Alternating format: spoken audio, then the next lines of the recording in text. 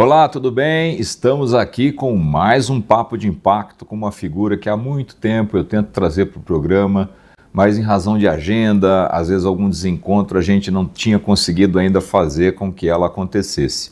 Mas é uma pessoa que eu tenho muita, mas muita satisfação e alegria em poder contar como amigo e principalmente, para mim, um ídolo.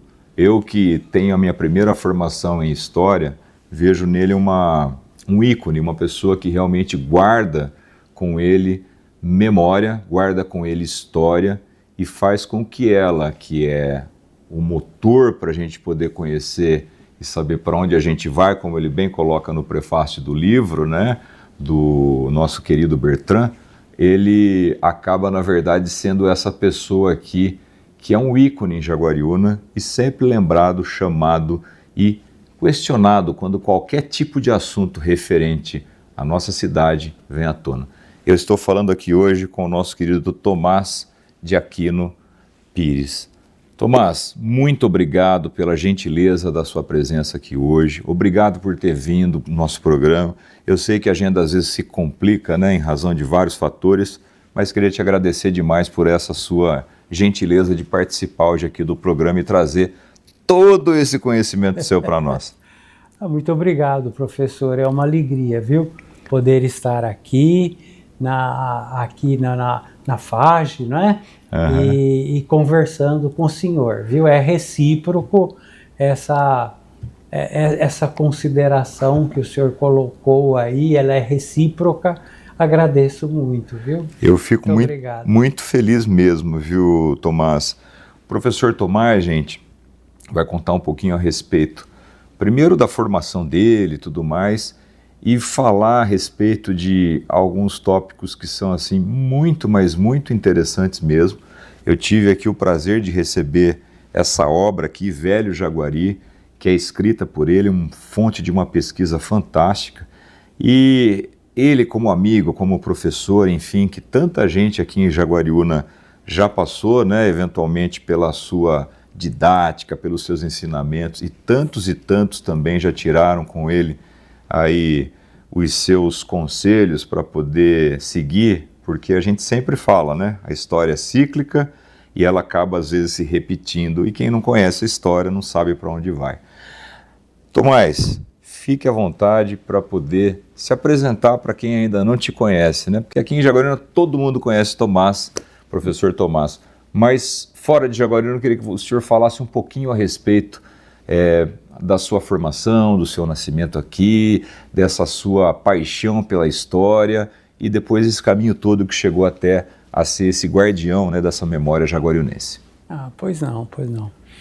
Olha, eu sou Tomás de Aquino Pires, nascido aqui em Jaguariúna, na Fazenda Florianópolis, a fazenda do fundador da cidade. Aliás, nós costumamos lá em casa, em família, nós mantemos o nome da fazenda, é o nome original dado pelo fundador da cidade, Coronel Amâncio Bueno. Fazenda Florianópolis. Para nós não existe Serrinha, é um nome, Fazenda Serrinha, para nós, assim, é um nome fantasia. Entendi. Né? Então já vem desde o berço o gosto aí. E eu sou formado em letras português e inglês pela PUC de Campinas. Uhum. E lecionei no Estado. Me aposentei do Estado com 44 anos de serviço. Caramba! E eu não parei de trabalhar e, se Deus quiser, não vou parar. Com certeza! Aleluia! Deus é Pai! Vou parar. Me faz muito bem, eu me encanto com aquilo que eu faço. Eu fui professor, lecionei português, inglês, prestei concurso, não é o concurso de provas e títulos do Estado, me efetivei como professor de português e tomei posse aqui no Ginásio Estadual de Jaguariúna, que se tornou a Escola Professor Celso Henrique Tosi. Hoje é a Escola de Ensino Médio, né? É a Escola de Ensino Médio hoje. e lecionei, comecei a lecionar em Socorro. Assim que eu me formei, fui para lá. E trabalhei 7 anos lá, prestei concurso e ingressei aqui na minha terra. Que bacana. Em Jaguariúna. E eu lecionei também no curso na Faculdade de Ciências e Letras, Plínio Augusto do Amaral de Amparo. Onde eu me formei em História. Olha que beleza. Eu sou natural de Amparo, então foi lá que eu me formei em História. Sei. Primeiro curso que eu fiz. Era ali no Largo São Benedito. Exatamente, onde depois foi a Escola de Comércio. Sede, né? É isso mesmo. E o professor Odracir Caminada foi me buscar para eu trabalhar Odracir. lá. E por conta da Plínio Augusto do Amaral, lá de Amparo, eu fiz mestrado na PUC, em Campinas. Algumas disciplinas fui buscar na Unicamp. Eu tenho mestrado em Linguística. Que bacana. E tenho pedagogia também, com administração e supervisão escolar. E prestei concurso para direção no Estado. Fui para a direção, depois de 17 anos de magistério, e fui diretor das escolas aqui de Jaguariúna, no prefeito Joaquim Pires Sobrinho, Coronel Mâncio Bueno, e depois, com a municipalização de ensino, em 2002, eu fui convidado para a supervisão escolar. Então, fiquei na supervisão escolar até 2008, quando o prefeito Tarcísio pediu para que nós montássemos aí a Casa da Memória em Jaguariúna. É isso que eu queria pegar de mote. Essa questão da Casa da Memória é algo que todo mundo admira. Admira porque ela cria uma espécie de guarda, além de, claro, resgatar toda a parte da memória da cidade, ela cria uma espécie de guardião dessa memória e que acaba se perpetuando. Eu acho que isso é muito bonito. E eu queria justamente que o senhor falasse um pouquinho da criação, né, que já foi aqui iniciado, o prefeito Tarcísio teve a iniciativa, e aí o porquê que o senhor abraçou isso, né? Por que o senhor falou, não, daqui que eu vou tomar conta disso aí, é comigo? Esse gosto pela história, eu acho que vem lá da fazenda Florianópolis, sabe? Quando o coronel Amâncio Bueno faleceu, com 53 anos, o fundador da cidade, era um fazendeiro, 3 fazendas de café, um fazendeiro abastado. Mas ele faleceu com 53 anos e a fazenda foi a leilão em praça pública. Puxa Ficou vida. em dívidas em Mugimirim. E o meu avô era marchante. Ele ia comprar boiadas no sul de Minas para trazer para o Mercadão aqui em Campinas. Nossa. E soube do leilão e foi lá e arrematou a fazenda Florianópolis. Caramba! Então o papai, que era dos 10 filhos, o papai era o caçula, já foi para lá com meses de idade. E nós nascemos lá. E a família sempre voltando, resgatando esse passado, que eu gosto muito do Jacques Legoff, né? Nós precisamos resgatar o passado, porque ele interpreta o presente e ele dá a condição de nós planejarmos o futuro. E então esse gosto pela história, e na minha formação fiz o ginásio, fui para o curso clássico, que direcionava para as disciplinas de ciências humanas. Que bacana. E daí fui para letras. E o gosto pela história, sempre gostei muito, aquilo me ajudou a apreciar mais a literatura. Que legal. Porque se você não tem o embasamento da história, você não consegue penetrar aquela beleza que tem cada movimento literário, os estilos de época, a visão de mundo, da antiguidade clássica, Com da certeza. idade moderna, renascimento, idade contemporânea, depois da Revolução Francesa e modernismo. Então me apaixonei pela literatura. E isso eu me deliciava com as minhas aulas. Que gostoso, hein? Olha que coisa linda, né?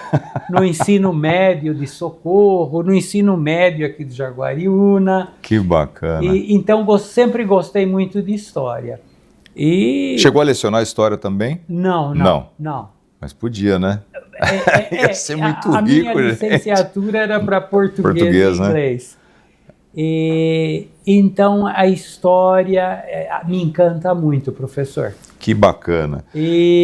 É uma enciclopédia, o homem, é uma enciclopédia nesse viva. Trabalho com a literatura e depois direção de escola, né? Direção de escola, e o prefeito Tarcísio me convidou, que ele tinha a ideia de montar uma Casa da Memória em Jaguariúna. E eu fui ajudar a professora Suzana Barreto Ribeiro, que é autora de um livro sobre Jaguariúna, né? Montar a Casa da Memória, e ele me pediu especialmente que trabalhasse a parte do Memorial Padre Gomes. Então tem um livro também sobre o Padre Gomes, as pesquisas que eu fiz, e ali foram publicados 8 exemplares daquele livro. Maravilhoso. E eu pretendo publicar reeditar, né, fazer uma revisão na obra. Padre Gomes, para quem não conhece, né, foi um pároco aqui de Jaguariúna e, enfim, o professor vai falar um pouquinho depois a respeito aí de toda essa trajetória. O professor, eu fico sempre muito feliz e também muito entusiasmado e interessado, principalmente quando eu ouço você falando a respeito de como surgiu o Jaguariúna. E eu acho que essa história é muito rica e muito importante para a gente passar hoje para o pessoal que está nos assistindo, né? O público em casa, pega longe pra caramba.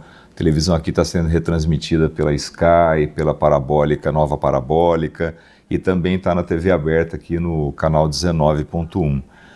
Conta um pouquinho para o pessoal entender de onde surgiu Jaguariúna, como surgiu Jaguariúna, o que aconteceu para Jaguariúna nascer e hoje ser uma das principais cidades aqui expoentes dentro dessa constituição que é a região metropolitana de Campinas. É o nosso dia a dia lá na Casa da Memória, assim nós construímos a Casa da Memória, sabe? Pesquisando sobre a origem da cidade, ouvindo histórias desde os avós, os tios, os pais, né? Do lado materno, imigrantes italianos, do lado paterno, os portugueses, antigos colonizadores, com as histórias, e isso nós botamos tudo na Casa da Memória. Que bacana. E nasci na fazenda do coronel Amâncio Bueno. Então essas coisas todas nós temos passado lá para os alunos que nos visitam das escolas, escolas municipais, as públicas, as particulares, entidades que vão nos visitar. Então é ir lá para o século XIX, no último quartel do século XIX, meados do século XIX, as fazendas que nós tínhamos, né?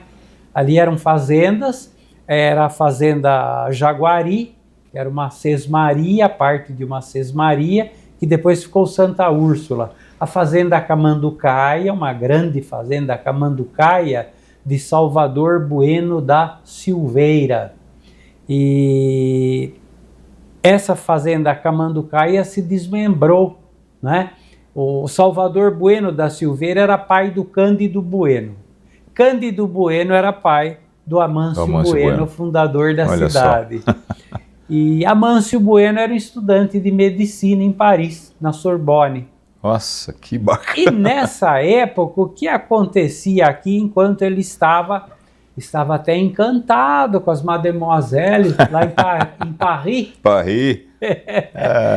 E a família com fazendas de café, aquela produção, o ouro negro, né?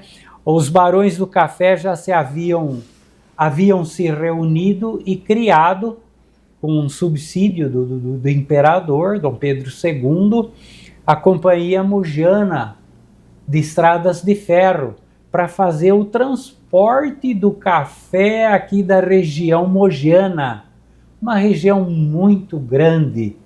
Imagine, professor, que Mojimirim fazia divisa com Franca. Meu Deus. Olha o tamanho do município. Que gigante. Aqui, nós fazíamos parte de Mojimirim, né?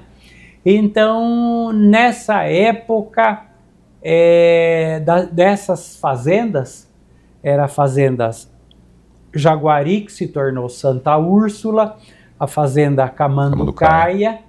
A fazenda Camanducaia, ela foi desmembrada em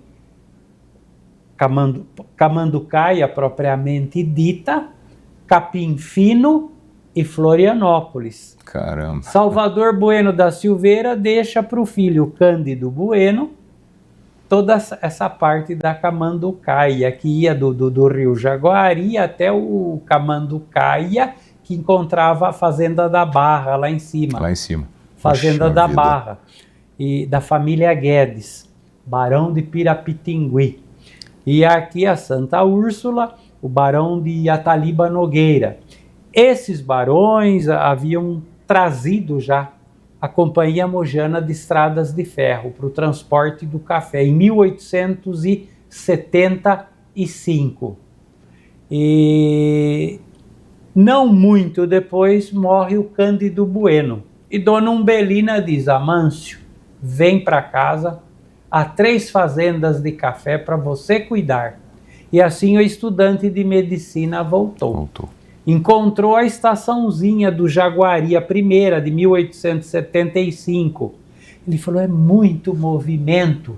Já estava pequena a estação para tanto café que chegava e era transportado. Levava até Campinas, né?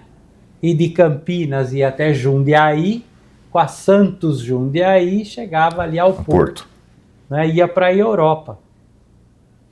E então Amâncio Bueno falou: olha, isso daqui vai ser um lugar de futuro. O café pode ser temporário. Olha que visão. Então, teve visão sim. E ali a fazenda, a estação do Jaguari estava às margens ali, muito próximo da sede da Florianópolis, que o pai havia construído em 1870. Para a gente se localizar. A sede da Florianópolis. Hoje, onde seria? Hoje chamam Serrinha. A sede da Serrinha, na saída para Pedreira. E ali era essa estação. A estação, hoje, essa estação, ela foi, infelizmente, ela foi demolida. Ela ficaria no meio das 2 pistas ali na Marginal. Na Avenida Marginal para Pedreira, bem em frente da ponte de concreto que vai para o bairro Nova Jaguariúna. Mas ficou só a casa do chefe, em pedra ali em frente, que é a Secretaria de Segurança Social hoje. Perfeito. Ficaram ali os bombeiros a princípio, isso, né? Isso mesmo. Ali foi Secretaria de Educação e hoje é a Secretaria de Segurança Social. Então, muito pertinho da sede da Fazenda Florianópolis. E ele resolve fazer um empreendimento imobiliário com as terras da Fazenda Florianópolis, o coronel Amâncio Bueno. E ele falou: como é que eu faço? Eu vou construir uma capela. Capela porque uma torre só. Capela de Santa Maria, e vou dizer Capela Santa Maria do Jaguari. Por conta do rio. Isso, do rio Jaguari. E construiu de 1889 a 1894. Trouxe pedreiros, pintores da Europa. Puxa. E edificou essa joia preciosa que estamos tentando restaurar hoje. Pessoal, ó, já vou fazer a propaganda aqui. Pessoal, essa joia que ele está falando da nossa igreja matriz, que fica aqui na Praça Central de Jaguariúna, e que todo mundo deve sim fazer a sua contribuição, porque vai ficar maravilhosa, fantástica. Quem não conhece esse local vai ter o prazer de conhecer já restaurado e está ficando maravilhoso. Então, vamos fazer essa ajuda para poder acontecer o mais breve possível. Desculpa. E essa construção foi o marco de fundação de Jaguariúna. Da cidade de Jaguariúna. Foi a primeira construção em 5 anos e construiu no estilo gótico e o teto é maravilhoso, é do barroco alemão. E a acústica que aquilo gera é maravilhosa. Eu tive o prazer de poder cantar. Qualquer recurso eletrônico, a acústica que ela tem, não é? Exatamente. É essa que nós estamos tentando restaurar, porque a partir dessa construção, ele ficou muito amigo de um engenheiro ferroviário da Mogiana, Wilhelm Gisbrecht. O Gisbrecht é engenheiro alemão, ferroviário. Então a ele foi encomendada a planta de uma vila. Geometricamente, então essa vila foi planejada. No entorno da matriz. Da matriz, a partir da construção da matriz. Durante a construção, ele já foi atrás dessa planta da Vila Bueno e o Wilhelm Gisbrecht, Guilherme. Por isso que nós temos Vila Guilherme aqui em Jaguariúna, né? O Guilherme Gisbrecht fez a planta da Vila Bueno, planejou ali geometricamente, é uma cidadezinha europeia, o nosso centro histórico, 39 quadras e 15 ruas. E aí ele colocou o nome o nome dele na rua principal, onde construiu a capela de Santa Maria do Jaguari. A rua mais longa, ele pôs o nome de Cândido Bueno. Na praça da igreja, o nome da mãe, Praça Dona Umbelina Bueno. E pôs o nome dos outros irmãos, Alfredo Bueno, Joaquim Bueno, a irmã Júlia Bueno, a esposa Maria Ângela Bueno, e ele tinha uma irmã também, Maria Ângela. A esposa era prima dele, uma sobrinha de Dona Umbelina, era Maria Ângela de Moraes Bueno. E então assim foi colocando os nomes da família, fundou a Vila Bueno. E nessa época nós tínhamos os negros que faziam o cafezal florir. Foi a época abolicionista, já estava no fim. E com a ajuda do Dr. Alfredo Alves Guedes, da Fazenda da Barra, irmão do José Alves Guedes,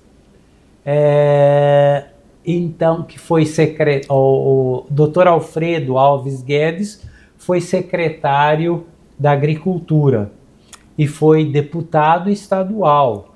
Então era assim um brilhante, e ele que convenceu o governo já para abertura da imigração italiana para vir substituir a mão de obra escrava. A mão de obra escrava. Aconteceu a abolição e ele era republicano. Ele se tornou um chefe republicano. Barão de Ataliba Nogueira era monarquista.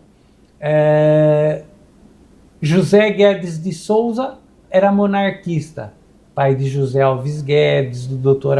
Alfredo Alves Guedes, da Olívia Guedes Penteado, olha que teve uma influência maravilhosa no nosso modernismo brasileiro. Que coisa, não? Gente muito brilhante. Olha a nossa história, como é raiz, rica, né? Professor. Muito, Da Fazenda da Barra, da Fazenda Santa Úrsula, da Camanducaia.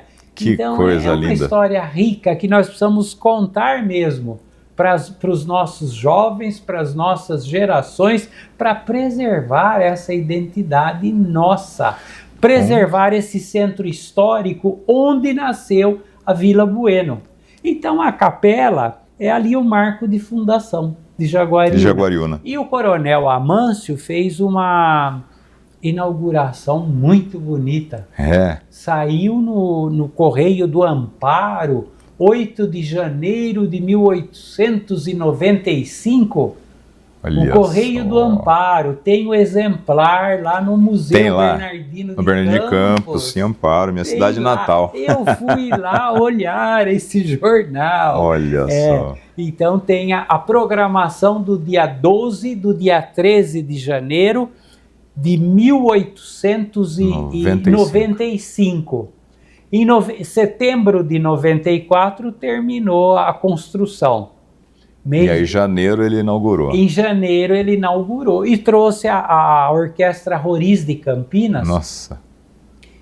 E era do Santana Gomes, irmão do Carlos Gomes. Olha era história, um músico brilhante. Olha que história maravilhosa. Que hoje a Unicamp está estudando a obra do Santana Gomes. Que coisa. Irmão do Carlos Gomes. Então, Santana Gomes esteve aí na inauguração, 12 e 13 de janeiro. E o chefe republicano, Amâncio Bueno, conseguiu horários especiais da Mogiana, daqui para Mojimirim, para o ramal de Amparo, para que todos viessem prestigiar 2 dias de festa. E a imagem de Santa Maria é levada em procissão da estação do Jaguari até a capela de Santa Maria. Que coisa maravilhosa. E daí é entronizada. Por isso, daí a importância de nós preservarmos essa memória, essa história.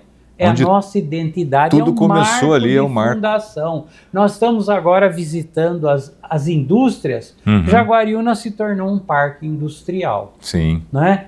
As indústrias felizmente estão muito bem, estão em progresso, né? Estão arrecadando, né? O futuro delas daqui, da nossa água, do Jaguari, do nosso povo.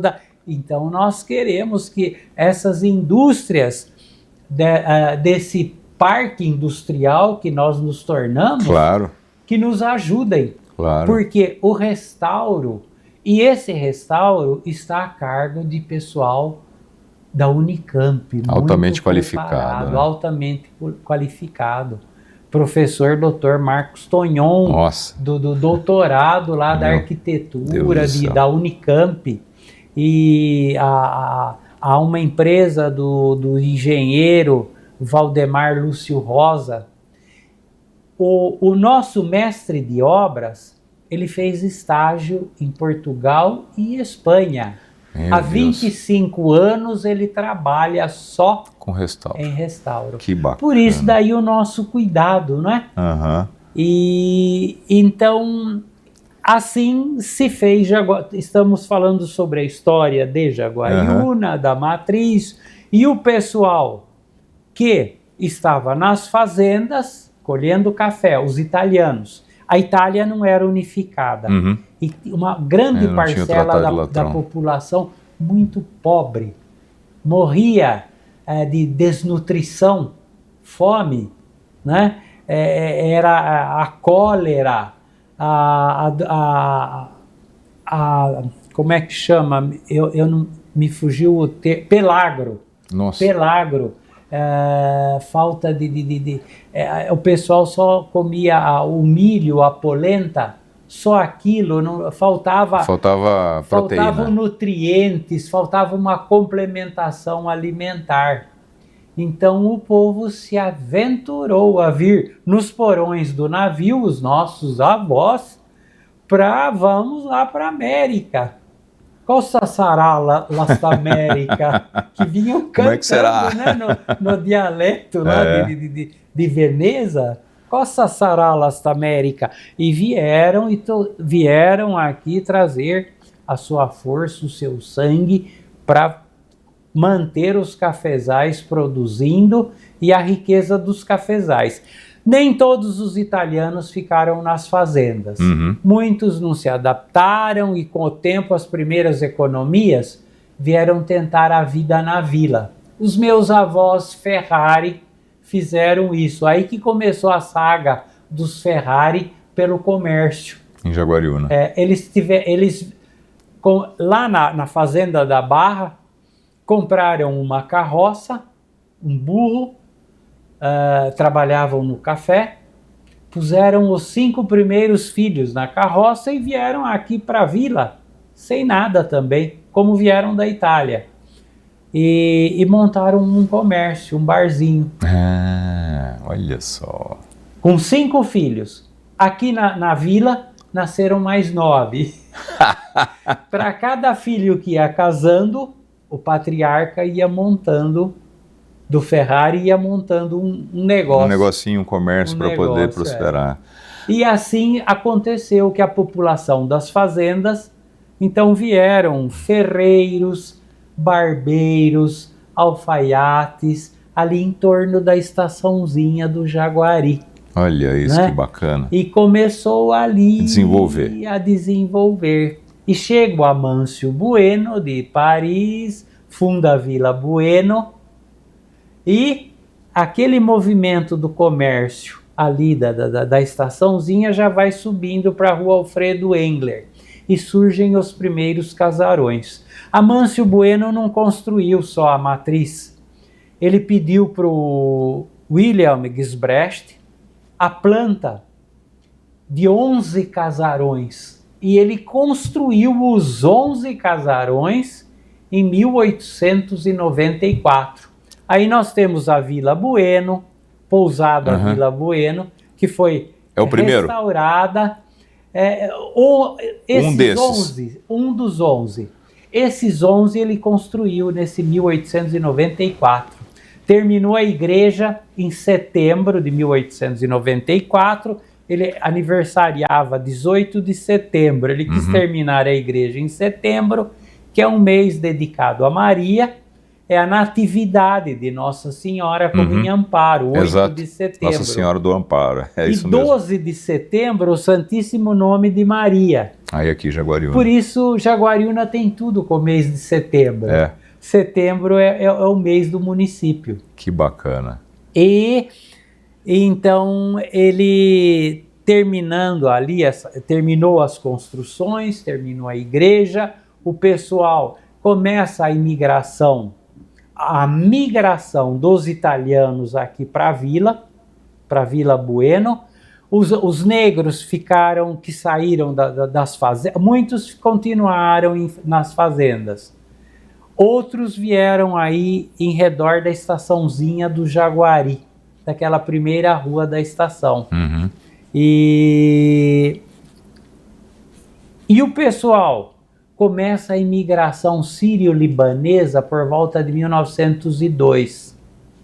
Já havia espanhóis morando aqui, né? Famílias espanholas vão comprando os casarões do coronel Amâncio Bueno, generoso castanho espanhol, com a família, monta o seu comércio, chegam os Ferrari, que alugam casas e começam com o seu comércio, e assim a família Galo, de relojoeiro, então monta a relojoaria, e Mantovani com ferraria, e assim foram chegando. Gotardo, né, família Gotardo, que depois vai montar a padaria em 1925. Meu Deus. Hoje tem 100 anos a padaria Gotardo.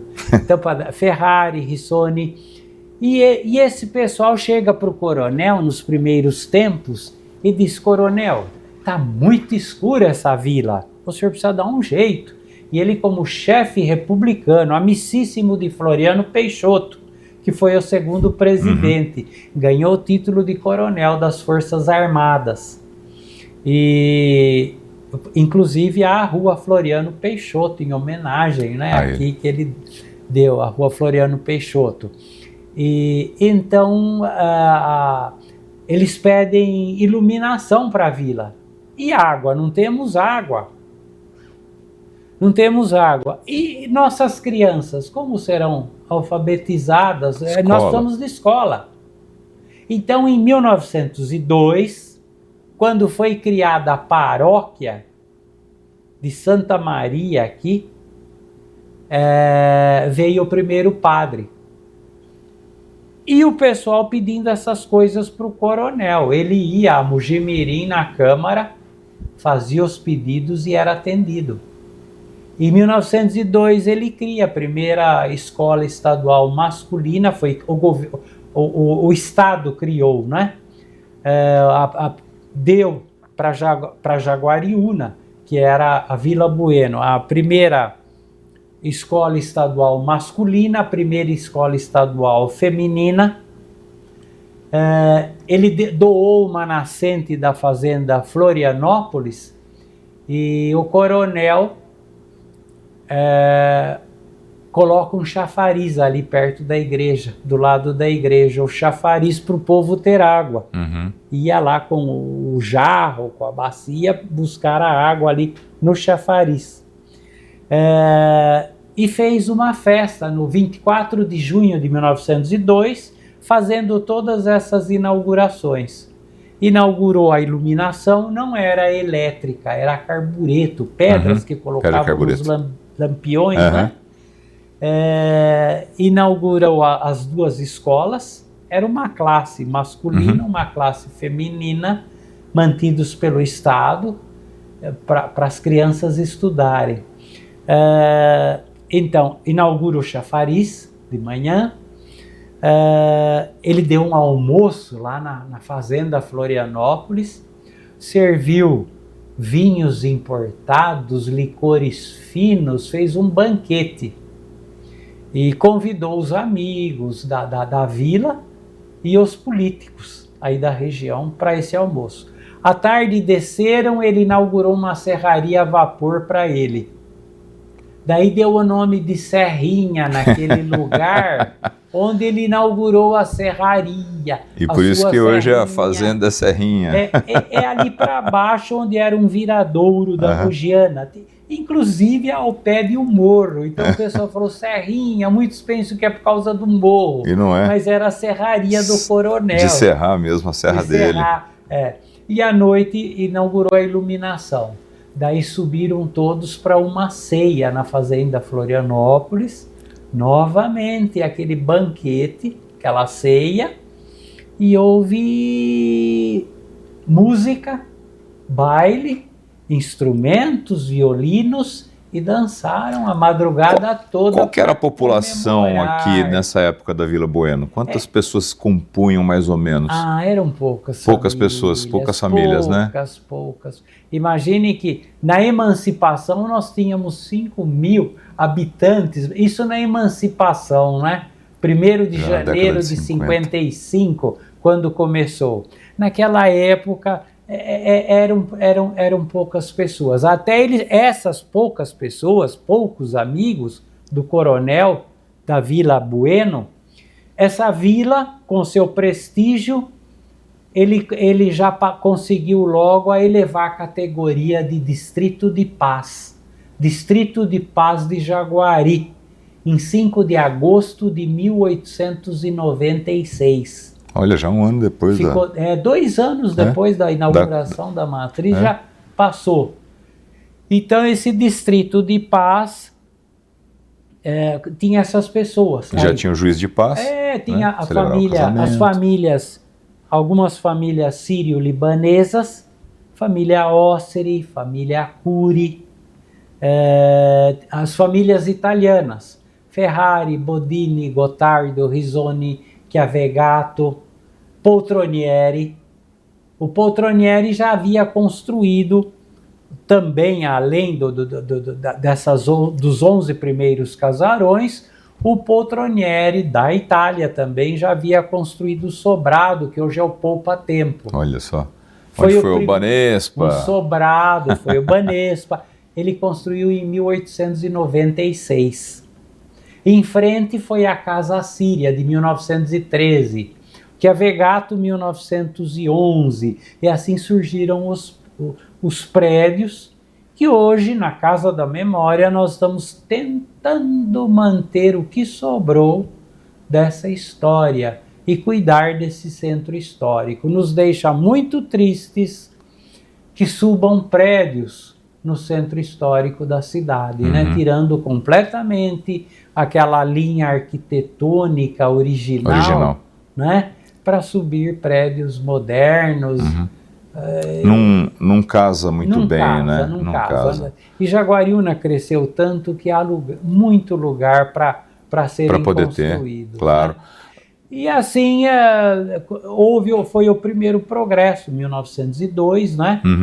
E o coronel, depois, na primeira década, estava atuante, já para a segunda década do século XX já se mostrou doente, né? Os seus negócios não iam bem. Ele tinha várias famílias para manter, era um chefe republicano, muito bem apessoado, vivia com as fardas, com os uniformes, então muito galante, e tinha várias casas de pouso. E então tinha uma segunda... ele ficou viúvo cedo, teve só um casamento com Maria Ângela de Moraes Bueno e teve 3 filhos, a Silvia Bueno, a Julinha Bueno e o Egas Bueno. E do primeiro casamento, foi o único casamento que ele teve. Depois ele constituiu família lá na pousada Vila Bueno, com uma italiana, uma imigrante italiana que o encantou, Dona Ermelinda Romanini. Teve 10 filhos com ela. Olha só. E aí ele deixou tanto a pousada Vila Bueno, com muitos terrenos e casas aqui, ficaram para esses filhos, que foram criados aqui, no Distrito de Paz de Jaguari, que ficou Distrito de Paz de Jaguari até 31 de dezembro de 44. 1º de janeiro de 45, Distrito de Paz de Jaguariúna. Isso que eu ia perguntar, o Jaguari e o Jaguariúna, para o pessoal que gosta da história. De onde vem o Jaguari, como é que se formou essa composição para Jaguariúna, que tem essa coisa... o Rio da Onça Preta, o Rio Preto da Onça, como é que é isso aí? É verdade. Jaguari é do Tupi, né? Jaguar e Iri. Iri é o rio do Jaguar, o Rio da Onça. Da Onça. Só, Jaguari. E em 43 chegaram telegramas de São Paulo para a prefeitura de Mugimirim. Cuidem para a mudança do nome, é uma questão de homonímia. Há mais lugares com o nome de Jaguari e não pode coexistir lugares com a mesma denominação. E eram lugares mais antigos. Então, nós precisamos... E foi nomeada, Mugimirim nomeou uma comissão. Nomeou uma comissão para estudar, né, o novo nome, mas não queriam 2 nomes. Queriam um nome só para ser simples, porque já de início eles disseram Vila Bueno, que era o nome que o coronel havia dado. Depois o Instituto Histórico e Geográfico em São Paulo mudou a Vila Bueno para Distrito de Paz de Jaguari, por causa do rio Jaguari, né? O geográfico ali marcante, que é o rio Jaguari, que passa no meio do lugar. E então, Distrito de Paz de Jaguari. E essa comissão tinha o professor Oscar de Almeida, Carlos Turato, José Sayad, Dr. Teodoro Reis, Dr.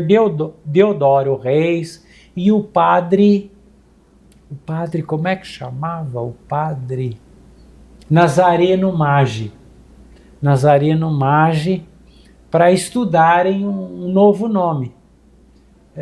mas precisaria ser com uma palavra só. Daí começaram a pensar em sufixos para acrescer. Daí veio Jaguarité, quase que fica Jaguarité. O que significaria? Olha, é ligado, Jaguarité, esse sufixo eu não descobri não, o significado dele. Eu vou Mas pesquisar. era Jaguaribara, do Dr. Deodoro Reis, Jaguaribara, do professor Oscar de Almeida, Jaguariúna.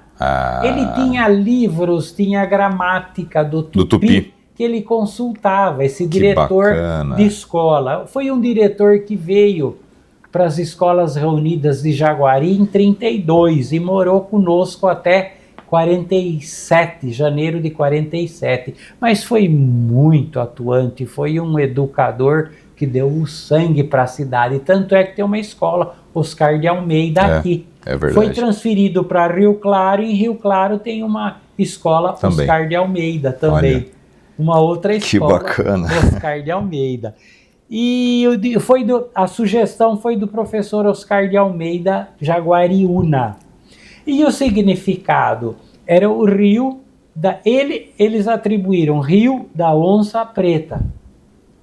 Por isso que está na bandeira, no brasão. Rio da Onça Preta. Mas a própria comarca de 1943 traz também a possibilidade do rio ser escuro das onças, sabe? E hoje, os estudiosos lá da USP nos disseram que a melhor tradução é o Rio Pardo das Onças. O rio escuro das onças. Mas desde 43, o jornal de 43 não omitiu não, porque já traz as duas as duas possibilidades. Duas possibilidades, da onça preta e do rio ser escuro das onças. Que bacana. O Rio Pardo das Onças, da Jaguariúna. E, assim, o coronel morreu em 1914, 19 de fevereiro de 1914. Morreu pobre, com uma outra família lá em Campinas, assim, uma outra esposa com mais 6 filhos, 7 filhos. E depois, segundo a obra Vila Bueno, da professora Abigail, memorialista historiadora, Maria Abigail Nogueira de Moraes Zigiat, nossa amiga aqui do Conselho do Patrimônio Histórico, da Casa da Memória.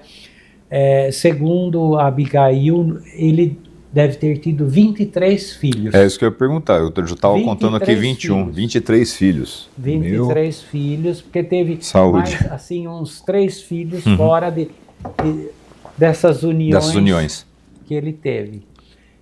Mas ele não administrou bem. E ele morreu com 53 anos. Pobre. Sim. Problema cardíaco, foi enterrado em Campinas.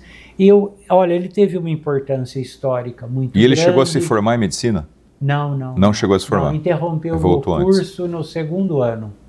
E ele se apresentava como lavrador. Puxa vida! E então, aí assim ficou um distrito de paz, né? Nós não tínhamos, a energia elétrica veio em 1911, né? Mas aqui sempre tivemos muito pouco a energia elétrica.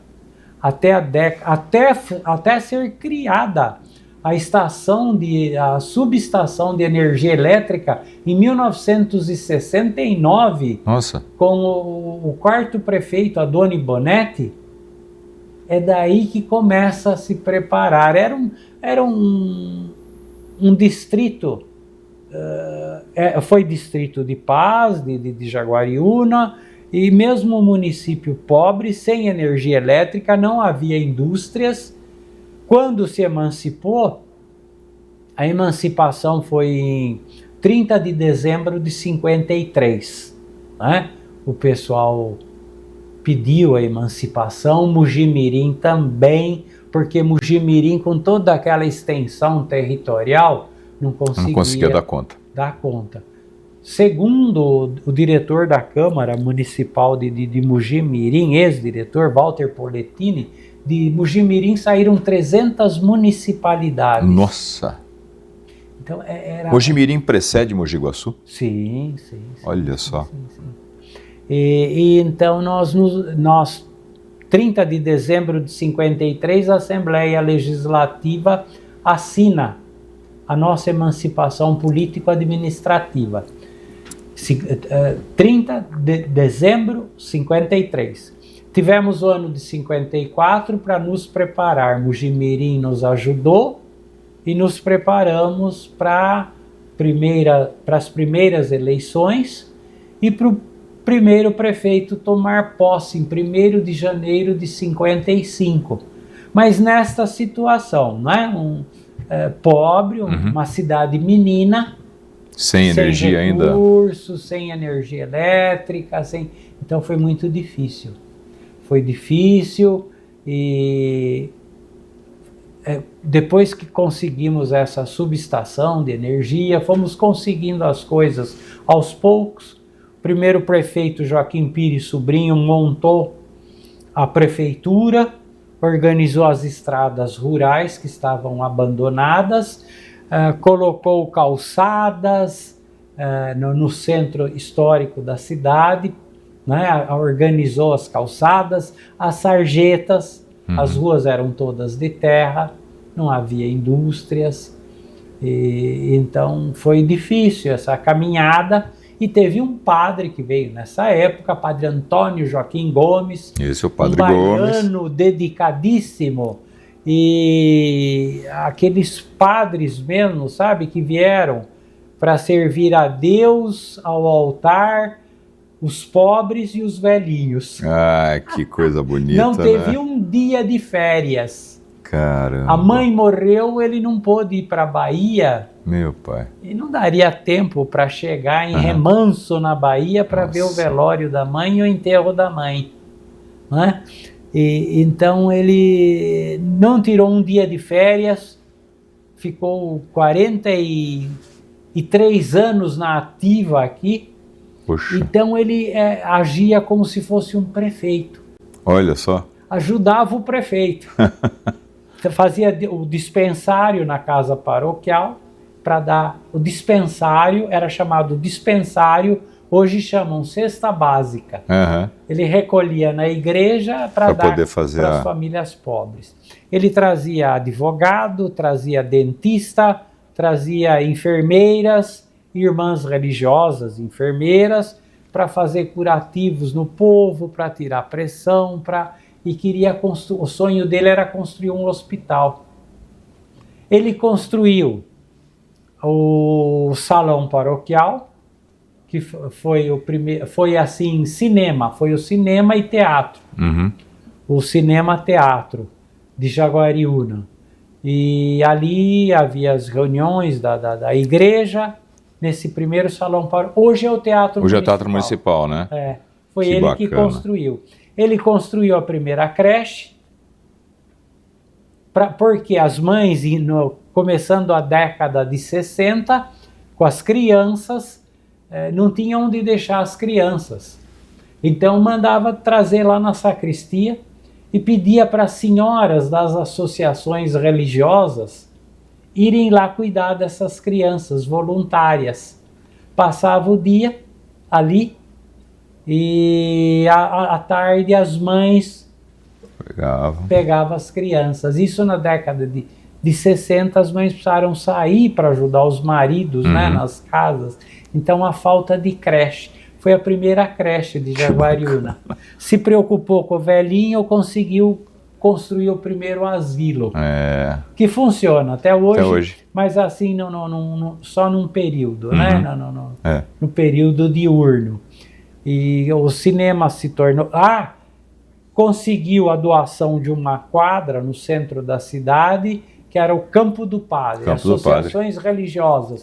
Vocês precisam praticar esportes para não pensarem em pecar, em coisas ruins que podem acontecer. Então era o Campo do Padre, que hoje é o supermercado, né? A propriedade é da igreja, ainda. Né? Está arrendado por 30 anos ali para a rede de supermercados Antonelli. Antonelli, isso mesmo. É da igreja e a diocese que recebe um arrendamento. Perfeito. E então, outra quadra que ele queria construir hospital, ele falou, estou muito velhinho, eu não vou conseguir construir hospital.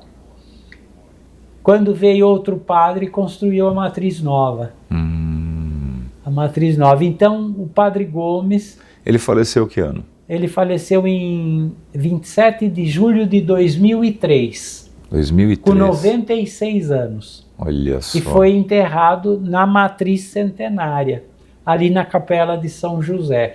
O povo não quis que ele fosse enterrado em outro lugar. Precisaria ser... E tinha um respeito pelo patrimônio, ele não deixava colocar um prego. Ele dizia... aqui é o gótico bizantino, isso não pode furar a parede, não pode. Então zelou, né? Que coisa linda, né? Que coisa linda. Que coisa linda. E com essas coisas todas nós vamos cuidando da história. E conta para o pessoal que tem esse interesse em conhecer isso que a gente hoje rapidamente passou aqui, né? De uma forma tão bacana. Nossa, você vai embora, né? A gente nem vê o tempo passar. Pessoal que quer ter esse contato, ter essa verdadeira aula, né, de história, viajar no tempo e que queira visitar a Casa da Memória, como é que eles devem fazer? As portas estão abertas de segunda a sexta, no horário comercial, é das 8 da manhã até às 5 horas da tarde, até às 17. E tem, por exemplo, a escola de Mojimirim, é só agendar, né? Só agendar. Entrar conosco, em contato. Liga lá para nós. É um órgão municipal. É um órgão municipal, né? É um departamento. É um departamento da Secretaria Municipal de Cultura. Muito legal. Pertence à Secretaria Municipal de Cultura. Até o ano passado esteve na Secretaria Municipal de Educação. Perfeito. Agora voltou para a Cultura. Para Cultura. Muito Secretaria Municipal de Cultura. O site da Casa da Memória de Jaguariúna é entrar no site da Prefeitura Municipal e procurar ali Casa da Memória Jaguariúna. Já vai ter ali o link certinho. Isso, já vai ter. Então nós temos muito material que bacana. No site, né? Muito bom. Então vai conhecendo. Nós temos o livro Jaguariúna no Curso da História. A autoria é Suzana Barreto Ribeiro, historiadora, formada em Ciências Sociais lá da Unicamp. Temos o livro Vila Bueno, a Caminho da História, da Maria Abigail Nogueira Moraes e Gatti. É um livro que é da Maria Abigail com a Fabiana Bruno, e tem mais uma coautora, no momento me foge o nome, mais uma coautora, mas Pousada, chama Vila Bueno o livro. Vila Bueno. Aí o meu livro tem um pouquinho também. Esse aqui, mas eu me baseei. O Velho Jaguari, gente, Histórias que livro e bonito, Memórias, né? do Velho Jaguari. E aqui o que ilustra a capa é justamente onde tudo começou, né? Onde tudo começou. A querida matriz. É o marco de fundação. Marco de fundação, ó, gente, que Jaguariúna. Coisa maravilhosa aqui. Muito bacana. Venham ver o gótico, barroco alemão. Muito lindo. E estamos cuidando com carinho. Muito, o povo está sendo um herói que está mantendo esse restauro. Nós estamos tendo uma despesa de 30 mil por mês. E sabe, o povo assalariado está nos ajudando. Está lá ajudando, né? Olha, muito bacana isso, viu? Quem quiser nos ajudar é o Restauro Marco Zero. Restauro Marco Zero é a chave Pix, né? Restauro Marco Zero @hotmail.com. O meu já está lá todo mês, já fiz repetido por 1 ano já e daqui a pouco a gente vai voltar. Doutor, eu queria te agradecer demais pela sua vinda, professor. Demais mesmo, porque é muito bom conversar com você, o tempo passa que a gente não percebe, mas a história, como está aqui no prefácio, eu acho muito interessante isso, né? A história é absolutamente fundamental para um povo. Quem não sabe de onde vem, não sabe para onde vai. Dom Bertrand de Orleans e Bragança. Eu quero encerrar aqui a nossa entrevista, passando, claro, a palavra para você poder se despedir do pessoal, deixar aqui a sua mensagem, para que todo mundo possa ter essa coisa bacana, essa emoção tão forte, né? De poder gravar hoje, ter isso gravado com a gente, porque isso também faz parte da memória, né? Alguém que tem tanto conhecimento, que é enciclopédico, para poder deixar isso daí para gerações futuras é fantástico. Fica à vontade, doutor. Muito obrigado, quero agradecer ao professor Flávio Paceta, diretor da Unifage. Olha, é gratificante estar aqui e falar sobre história. O senhor é professor de história lindo, também. Muito bom. Então, é muito bom. Eu gosto muito, sabe, da história. Eu acho que todos nós precisamos passar isso para as novas gerações, né? Para que as novas gerações saibam que as memórias, a história, elas constituem a nossa identidade. Né? A nossa identidade e valorizando a nossa paisagem cultural é que nós formamos o elemento humano, formamos o homem, né? Exatamente. Eu gosto muito de uma citação também eu tenho repetido também uma outra citação de um historiador judeu, falecido há pouco tempo, há poucos anos, com 95 anos, Eric Hobsbawm. Ele diz: o passado é uma dimensão permanente da consciência humana. Veja a criança no momento que nasce, os primeiros meses, já o contato é com a geração passada dos pais. Depois vem a geração passada dos avós. E essa sabedoria acumulada pelos pais, pelos avós, né, vai formando a identidade. A identidade, vai formando as novas gerações. Eu gosto muito do Dr. Alceu Amoroso Lima, que foi um dos maiores intelectuais do século XX. Ele escrevia na Folha de São Paulo como Tristão de Ataíde. Tristão de Ataíde. Imortal. Imortal.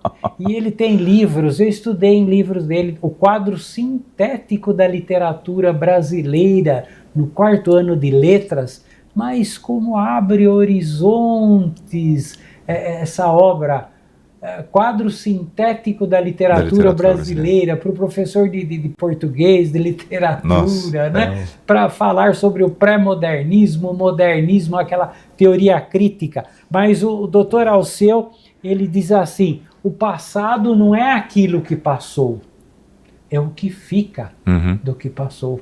Exatamente. Perfeito. Muito obrigado. Doutor, muito obrigado pela sua gentileza de vir aqui hoje partilhar um pouco desse conhecimento que é vasto, vasto, vasto. Eu tenho certeza que a gente vai ter outras oportunidades para poder deixar aqui mais e mais sabedoria para essas gerações que estão vindo, que são hoje o que nós temos para futuro e que precisam ter esse tipo de conhecimento para gerar essa sua identidade. Obrigado de coração. Nossa, eu que agradeço. Muito obrigado. Ai, que coisa linda.